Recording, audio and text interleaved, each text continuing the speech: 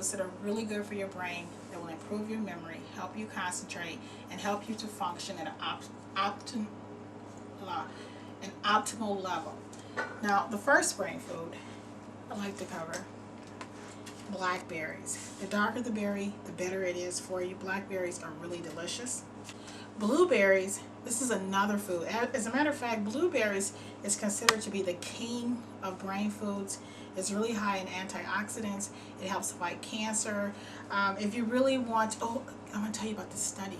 They did a study with these mice that were aging. They couldn't find their way around the maze. And so basically what they did was they gave them a diet of blueberries, spinach, and strawberries.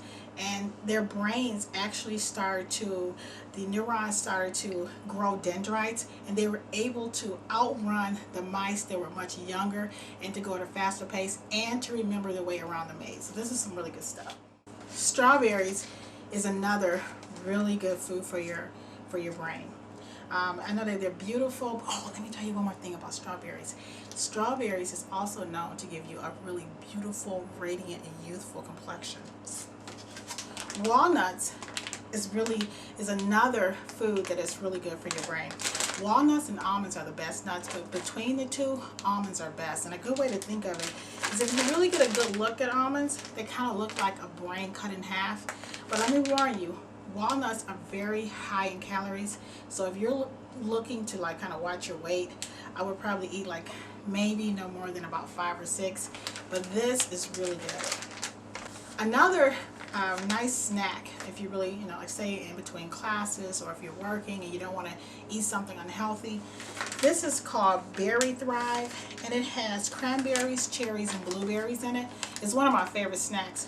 What I like to do is mix these two together. I actually keep this in my purse because it stops me from going to McDonald's. So if I keep something healthy in my purse, it's good for me. This is what I snack on. Now, oh my God, I love what Matcha does for me. Now, do I love the taste of it? To me, this is gross. It's actually a green pine powder. I don't know if we can get a shot of this. I'm going to try to open it in here. Maybe pour a little. It's so expensive. You can see this on my hand here. It's a very fine powder. Very expensive. This can costs $32.99. It's really what they do is they take, before they actually do anything to the green leaf, it's actually done by hand. It's a Japanese tea where they grind it, and they grind like the vein, every part of it, which is why it's so expensive. And it's one of the best foods that you can actually use to increase your memory, for your brain, to help you look younger, give you radiant skin. This is some good stuff. You know what else? It cleans you out. Another one of my favorites, brain food, believe it or not, is green tea. I drink a lot of green tea. I love green tea.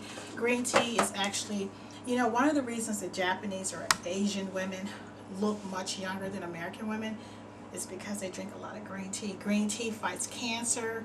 It helps you to lose weight. Well, as you can see, it probably doesn't make it for me, but I love green tea because if you drink a lot of green tea, you'll find that you don't get cold. And you know what? And if you're having a hard time starting in the morning and you're used to drinking your coffee, I challenge you to put down your coffee for 2 weeks, trade it in for green tea, and you will honestly notice a change in your body. I am really psyched. Do you know what the #1 brain food of them all is? Salmon! Now, salmon is really high in omega-3s, and it's really, you know what? It's another fatty food. But I want you to understand something. Do you know that the foods that really help the brain, anything fat, the brain needs a lot of, not bad fat, but good fat. So salmon and nuts have a lot of fat in it. So I'm going to show you guys how to make some really delicious salmon. So now I'm going to show you guys how to make some really delicious baked salmon. First, we like to get seasoned salt. I've tried a lot of different seasoned salts, but none of them taste as good as Lori's. So if I were you, I would only get this brand because it's not going to taste the same. You want to hold it really high so you can evenly. And salmon is really thick, so if you don't put enough on it, it can taste really bland easily. gonna season this here. Next, now you can use, I like Kroger's brand of black pepper, is pretty good. But you don't want to get anything from the dollar store because the pepper there really doesn't have a flavor. You want to evenly season it. And like I said, salmon is thick and it has a really strong flavor. So if you don't season it well, you can be very disappointed with it. So I want to take my time here. You also want to use garlic powder, not garlic salt, because you've already used the seasoned salt, and if you use garlic salt, it's going to be way too salty to eat. So this is garlic powder.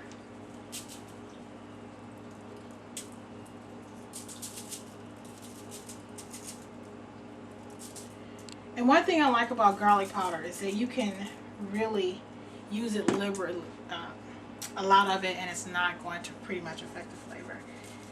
And next, oh, I'm sorry, I forgot to say, next is onion powder. This is a good, remember, not onion salt, but onion powder. So I'm going to sprinkle this on. And this is going to be a little bit of a surprise, but this is some good stuff. The steak dust really, for some reason, brings out the flavor. I've tried a lot of different stuff for salmon, but it doesn't work as well as the steak dust.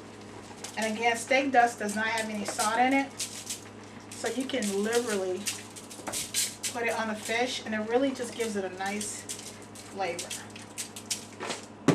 Yum yum. So what I'm going to do is take this salmon, this delicious salmon, I'm going to bake it for maybe about 20 minutes, and bon appetit.